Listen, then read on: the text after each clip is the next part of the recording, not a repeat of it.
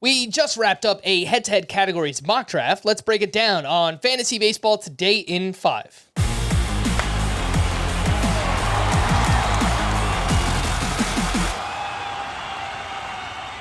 Welcome into FBT in 5. Today is Wednesday, March 15th. I am Frank Samfeld, joined by Scott White. And let's recap Scott's team. He was drafting first overall in a 12-team head-to-head categories league.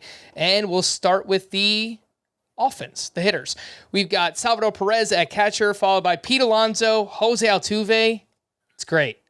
And then Brett Beatty at third base, Ezequiel Tovar at shortstop, Aaron Judge, Cedric Mullins, and Garrett Mitchell in the outfield, Christian Walker and Nate Lowe at the 2 utility spots. So, Scott, clearly third base is a huge need on a team like this. You wound up with some upside players at shortstop. Everything else looks pretty good. What do you think about how the offense came together?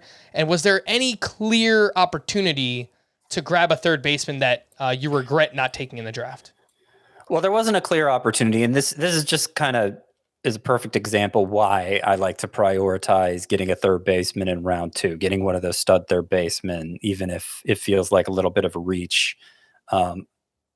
Picking first overall, I couldn't guarantee that Nolan Arenado would make it all the way back to me. I would have taken him if he did, and certainly ADP suggests he would, but it didn't work out. Somebody took him a couple picks before I could in round 2, so that left me, just kind of trying to keep my head above water at that position. And because I'm picking at the end there, first overall, long wait in between my pair of picks, I got left out of some semi runs at third base where I could have gotten not necessarily a high upside guy because Gunnar Henderson went early. Alex Bregman went early, but if I'd gotten like an Eugenio Suarez there, I would have obviously felt better than Brett Beatty. Brett Beatty's an upside play, gives me a chance, hopefully, if he makes the team of getting something worthwhile there. If not, I'm just going to go with whatever scrub I could get off waivers. And I think that was an okay approach to take, considering there was a point at the 8-9 turn where I went back-to-back pitchers.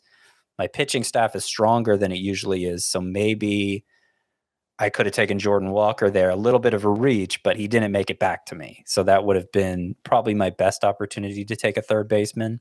Having said that, obviously this format, you need to fill the categories no matter what position you get them from. And I got some category monsters here. Power especially, Salvador Perez, Pete Alonso, Aaron Judge, just those 3. I'm going to be crushing it in home runs and RBI every week, probably runs scored as well. I've got enough steals for all that power between Judge and Altuve should give me some, but especially Cedric Mullins and Garrett Mitchell. They're going to combine for 70, 80 steals this year, I think. And Ezequiel Tovar, my shortstop, should be a contributor in steals as well. So those categorical needs are filled and then some.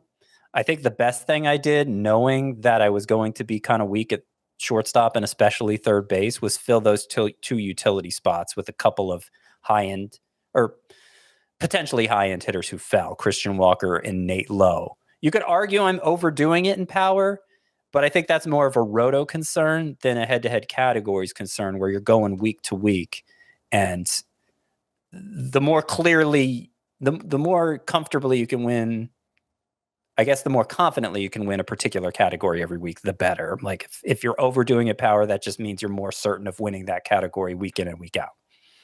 Let's take a look at the pitching staff, and you wound up with Max Fried, Robbie Ray, Charlie Morton, Chris Sale, Reed Detmers, with Tyler Anderson and Miles Michaelis on the bench as your starting pitchers. And then for relief pitchers, you've got Emmanuel Clase, Daniel Bard, Scott Barlow, and that is it. So this is a good pitching staff, Scott. I feel like it's better than the ones that you've wound up with in the past.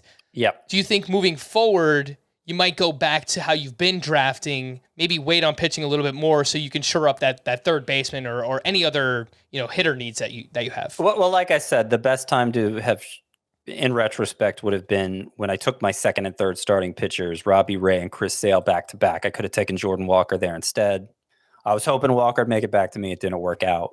So with 2020 hindsight, I think I'd rather do that. I think this is probably more pitching than I need.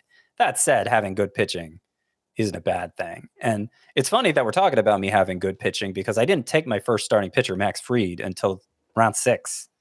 I took Class A before that, so I did get a stud closer, and I should be very secure for saves between Class A Bard and Scott Barlow.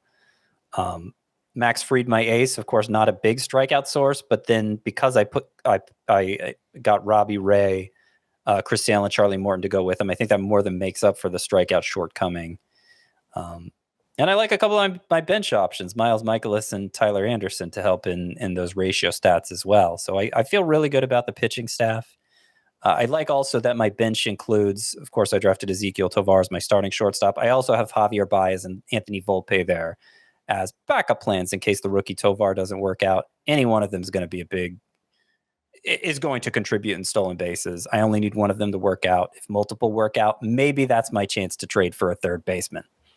For more extensive fantasy baseball coverage, listen to the Fantasy Baseball Today podcast on Spotify, Apple Podcasts, the Audacy app, or anywhere else podcasts are found. Thanks for listening to Fantasy Baseball Today in 5, and we'll be back again tomorrow. Bye-bye!